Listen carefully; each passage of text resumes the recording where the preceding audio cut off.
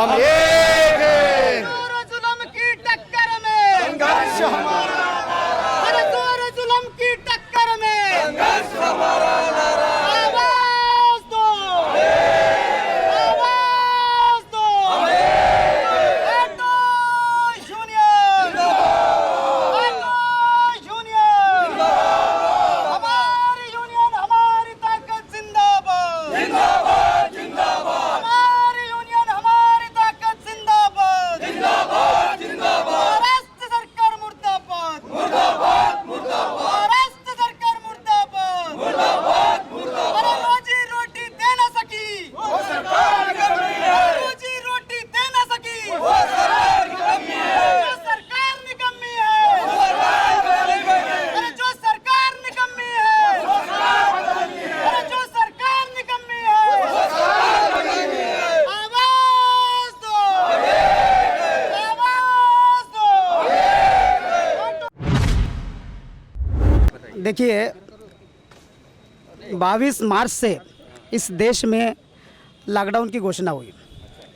हम लोगों ने, सरकार ने बोला 21 दिन घर में बैठो। हम चलो भाई टीवी में बता रहे थे लोग गिरते पड़ते, हम बैठ गए। 2 महीने हो गए हम घर में बैठे। 2 महीने के बाद जब हमारे पेट की भूख सताने लगी, क्योंकि हम आम ऑटो चालक लोग हैं और आम ऑटो चालक रोज़ कमाता है और रोज़ खाता है, और कुछ ऑटो चालक स्कूल का रोज़गार करके अपना उदर निर्वाह और अपने परिवार का पालन पोषण करते हैं।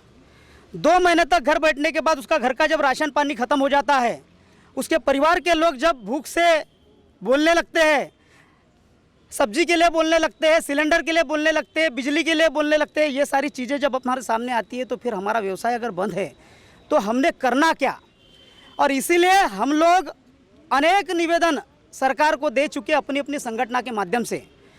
अभी 30 तारीख को एक बड़ा आंदोलन हमने यहाँ पे किया संविधान चौक में, जब हमने एक प्रश्न किया था कि ऑटो रिक्शा में कोरोना होता है, इसके प्रमाण दो।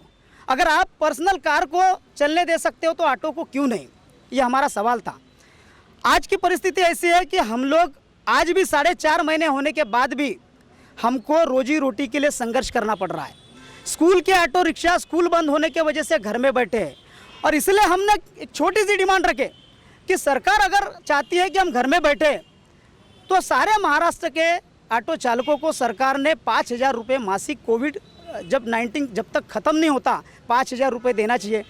अभी आप लोगों को मालूम है, मीडिया के लोगों को, कि आज महाराष्ट्र में और नागपुर में और विदर्भ में कितने ही ऑटो चालकों ने आत्महत्या की है।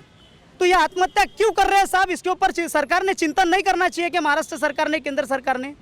हमारे को आत्महत्या करने की नौबत इसलिए आ रही कि हमको भूख लगी और हमारे परिवार की भूख हमें देखी नहीं जाती, और इसीलिए हम लोग आत्महत्या, हमारे परिवार के 22 साल का लड़का हमारा आत्महत्या करता है, जिसने फाइनेंस से गाड़ी लिया है, वो किस्त नहीं भर पा रहा है, परिवार नहीं चला पा रहा है। हमने सरकार से डिमांड रखी कि आत्महत्याग्रस्त जो परिवार है वो परिवार को कम से कम सरकार सहानुभूतिपूर्वक, इतना पैसा खर्चा करती है सरकार, इधर उधर कारें लेने के लिए सरकार के पास पैसा है, तो 10 लाख रुपए वो परिवार को सहानुभूति करके सरकार दे नहीं सकती।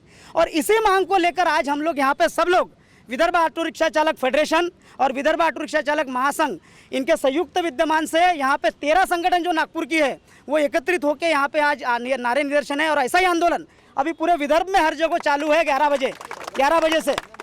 और सरकार से हमारी थोड़ी सी मांगनी है, छोटी सी मांगनी है, सरकार इतना पैसा खर्च करती है, सरकार ने हमारे ऑटो चालकों के लिए भी न्याय देना चाहिए। और कोर्ट में हमारे कुछ लोग गए हैं, अगर कोर्ट का जो भी फैसला आता है, लेकिन सहानुभूति करके, सरकार हमारी माई बाप है, हमने चुन के दिया है सरकार को, तो सरकार ने हमारे लिए भी व्यवस्था करनी चाहिए। हमको 5,000 रुपये मासिक देना चाहिए और आत्महत्याग्रस्त परिवार को 10 लाख रुपए देना चाहिए। इसी मांगने के लिए आज हम लोग यहाँ पे एकत्रित हुए हैं। विदर्भ ऑटो रिक्शा चालक फेडरेशनचा महासचिव आनंद चौरे, आज महासंघ जी के अध्यक्ष चरणदास जी वानखेड़े जी ने जो भूमिका रखी है वो 100% सही भूमिका है।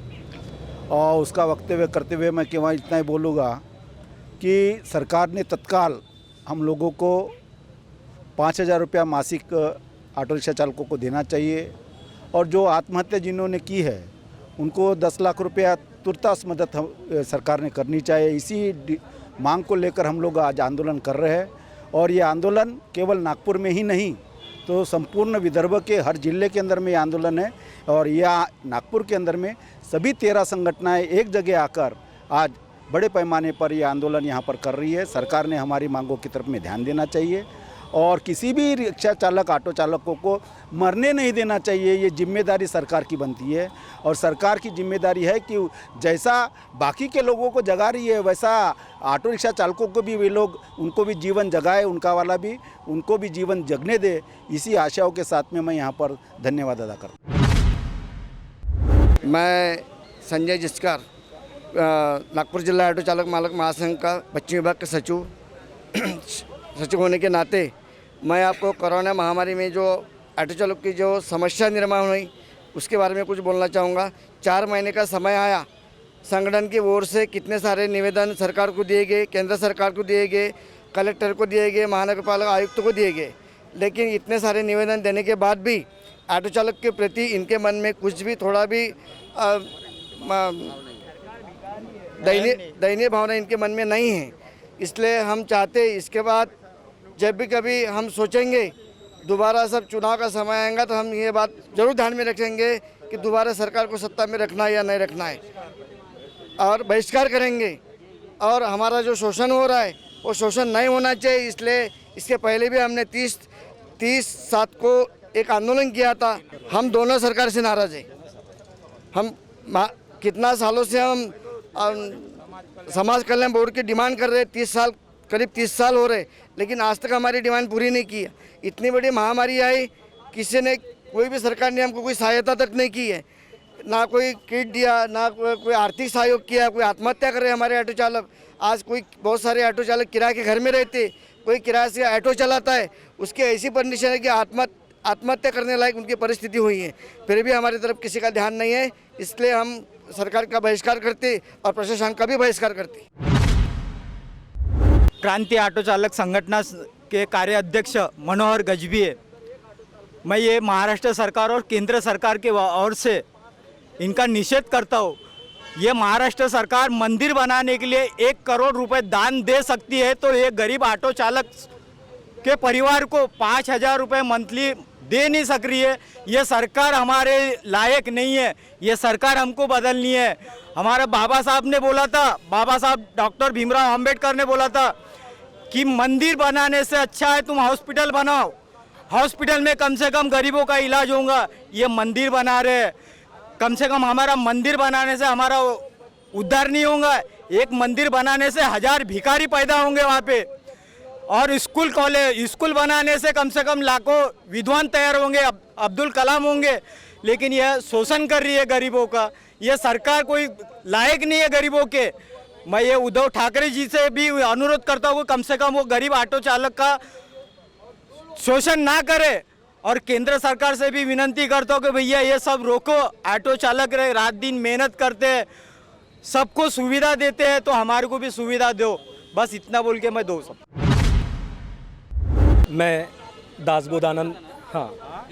दासबोधानंदम महाराष्ट्र स्कूल विद्यार्थी वाहतूक संगठन महासचिव। आज महाराष्ट्र में हमारे ऑटो चालकों भाइयों की स्कूल वाहतूक करने वाले जो चालक है, मालक है, उनकी बहुत दैनंदिन परिस्थिति से हम लोग गुजर रहे हैं। आज घर का जो पालन पोषण है वो मुश्किल हो चुका है। तब भी ये संवेदनहीन सरकार जो है, केंद्र सरकार हो या महाराष्ट्र सरकार हो, इनका जो रवैया है स्कूल चालक मालक के प्रति और ऑटो चालकों के प्रति, ये संवेदनहीन है। जब कोरोना आया था तो इन्होंने ही खुद बोला था कि हमको सहयोग दो, सब घर में बैठो, घर में बैठने के बाद हम आपका रोजी रोटी का जो भी है सब ध्यान रखेंगे। ये केंद्र सरकार का रवैया था। महाराष्ट्र सरकार ने आश्वासन दिया था, पर आज 3 से 4 महीने हो गए, हमारी रोजी रोटी छीन चुकी है। और कितने बहुत सारे ऑटो चालक महाराष्ट्र में आत्महत्या कर चुके हैं और भूखमरी इनके ऊपर लाद दी गई है। आज हमारा धंधा नहीं है, कुछ नहीं है, हमारे साथियों का धंधा नहीं है। तो मेरा ये आंदोलन के प्रति हमने बहुत सारे निवेदन सरकार को दिए हैं, कलेक्टर को दिए हैं, मुख्यमंत्री को दिए हैं, अपने जो विधानसभा अध्यक्ष हैं उनको दिए हैं, पर आज भी सरकार का रवैया जो है ये संवेदनहीन है। तो हमारी सरकार से गुजारिश यही है कि हमको मजबूर मत करो। आज हम आंदोलन पे आंदोलन कर रहे हैं, हमारी ताकत भी नहीं है, हमारी ताकत खत्म हो रही है यहाँ पे। हम हमारा घर परिवार देखेंगे कि आंदोलन करेंगे। हम नहीं चाहते कि आंदोलन करे और उग्र ये हो जाए और असंतोष भड़के, हम नहीं चाहते। पर आज मजबूर कर रहा है, सरकार हमको मजबूर कर रही है कि हम उग्र आंदोलन के प्रति जाए। हमको वैसे भी मरना ही है, आप हमको मार ही रहे हैं तो हम क्यों ना सड़कों पे आके मरे। आप आज हमारी ये मजबूरी हो चुकी है कि हम सड़कों पे आके हम मरने के लिए तैयार है। सरकार अगर नहीं जागेंगी, हमको 10,000 रुपये अभी अनुदान राशि और महीने का जो 5,000 है, जब तक कोरोना ना हो जाए, ख़त्म ना हो जाए, तब तक आप घर में बिठा रहे हैं हमको। जब तक कोरोना ख़त्म ना हो जाए तब तक हमको 5,000 राशि दे दी जाए। इतनी हमारी मांग है, छोटी सी मांग है। आप ठीक है, यही हमारा सरकार से निवेदन है और मैं चाहता हूँ कि सरकार हमारे मांग के ऊपर ध्यान दे। धन्यवाद।